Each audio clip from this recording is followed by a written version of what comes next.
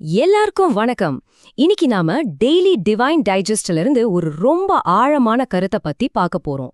எளிமைங்கிறது வெறும் ஒரு life style மட்டும் இல்ல, அது அறிவை அடையறதுக்கான ஒரு பவர்ஃபுல்லான பாதைன்னு இந்த மூல ஆதாரம் எப்படி விளக்குதுன்னு நாம அலச போறோம். வாங்க, எளிமையோட உண்மையான அர்த்தம் என்னன்னு தெரிஞ்சுக்க இந்த பயணத்தை ஆரம்பிக்கலாம். இந்த விஷயம் இந்த ஒரு சக்தி வாய்ந்த வரையோட தான் ஆரம்பிக்குது. இது என்ன சொல்ல வருதுன்னா, எளிமைதான் இயற்கையோட இயல்பான ஒரு உன்னதமான நிலை.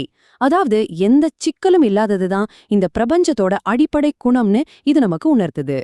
நாம இப்ப பாக்குற இந்த கருத்துக்கள் எல்லாமே ஸ்ரீமத் சுவாமி சித்பவானந்தர் எழுதின இந்த சின்ன ஆனா ரொம்ப பவர்ஃபுல்லான ஒரு ஞான பகுதியிலிருந்து தான் எடுத்திருக்கோம். பாருங்க, கொஞ்சம் வரிகள்ல எவ்ளோ பெரிய வாழ்க்கை தத்துவத்தை இது விளக்குதுன்னு. இங்கதான் ஒரு பெரிய முரண்பாடே வருது. இயற்கை இவ்வளவு எளிமையா இருக்கும்போது மனுஷன் மட்டும் ஏன் வேணும்னே தனக்குத்தானே சிக்கலான ஒரு வாழ்க்கையை உருவாக்கிக்கிறான்? இதுதான் நாம யோசிக்க வேண்டிய முக்கியமான கேள்வி. சரி, இப்ப நாம எப்படி நம்மளோட அந்த இயல்பான எளிமையை விட்டுட்டு கொஞ்சம் கொஞ்சமா சிக்கலை நோக்கி போறோம் அப்படிங்கறத பத்தி கொஞ்சம் விரிவா பார்க்கலாம். இப்ப இந்த ஸ்லைட்ல பாத்தீங்கன்னா ரொம்பவே சுவாரஸ்யமான ஒரு விஷயம் இருக்கு. நம்ம வாழ்க்கை பயணத்தை இந்த மூலம் 3 கட்டமா பிரிக்குது. முதல்ல, குழந்தையா இருக்கும்போது ஸ்கூல் படிப்பு நம்மள எளிமையிலிருந்து விலக்கிடுது. அதுக்கப்புறம் சமூக பழக்க வழக்கங்கள் எல்லாம் சேர்ந்து நம்மள ஒரு குறிப்பிட்ட வட்டத்துக்குள்ள அடைச்சு நம்மள இறுக்கமா மாத்திடுது. கடைசியா, நாட்டுப்பற்று மாதிரி கொள்கைகள் நம்மள ஒருதலைப்பட்சமா சிந்திக்க வைக்குது. பாத்தீங்களா, ஒவ்வொரு ஸ்டேஜ்லயும் நம்ம ஒரு புது சிக்கலை நம்ம மேல ஏத்திக்கிறோம். இது உண்மையிலேயே ஒரு ஆழமான விமர்சனம் இல்லையா? நாம முன்னேற்றம், டெவலப்மெண்ட்னு நினைக்கிற விஷயங்கள் எல்லாமே உண்மையில நம்ம மன நிம்மதியையும் வாழ்க்கை முறையையும் சிக்கலாக்குதுன்னு இந்த உரை சொல்லுது. அப்ப நாம முன்னேறோமா இல்ல நம்மள நாமே சிக்கல்ல மாட்டிக்கிறோமா?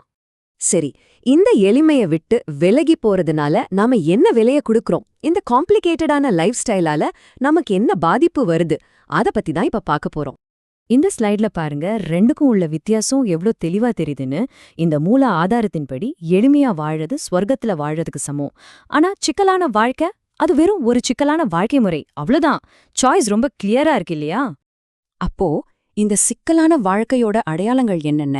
இதோ பாருங்க, விரைப்புத்தன்மை, கடினத்தன்மை, ஒருதலைப்பட்சம். இதெல்லாம் எங்கிருந்து வருதுன்னு ஞாபகம் இருக்கா? சமூக பழக்க வழக்கங்கள், நாட்டுப்பற்று, இது மாதிரி விஷயங்களால தான் நாம எளிமையை இழந்து இப்படி ஆகிடுறோம்.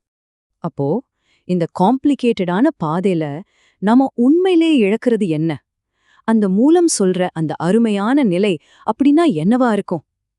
இந்த கேள்விதான் நம்மள இந்த பகுதியோட கடைசி கட்டத்துக்கு கூட்டிட்டு போகுது. சரி, இப்ப நம்ம ரொம்ப முக்கியமான ஒரு கட்டத்துக்கு வந்திருக்கோம். எதுக்காக நம்ம திரும்பவும் எளிமைக்கு போகணும்? அதோட உண்மையான நோக்கம் என்னவா இருக்க முடியும்? இந்த டெக்ஸ்ட்ல பிரம்மம் அப்படிங்கிற ஒரு வார்த்தையை யூஸ் பண்றாங்க. அப்படின்னா என்ன? வேதாந்த தத்துவப்படி இதுதான் இந்த பிரபஞ்சத்துக்கே அடிப்படையான ஒரு இறுதி உண்மை.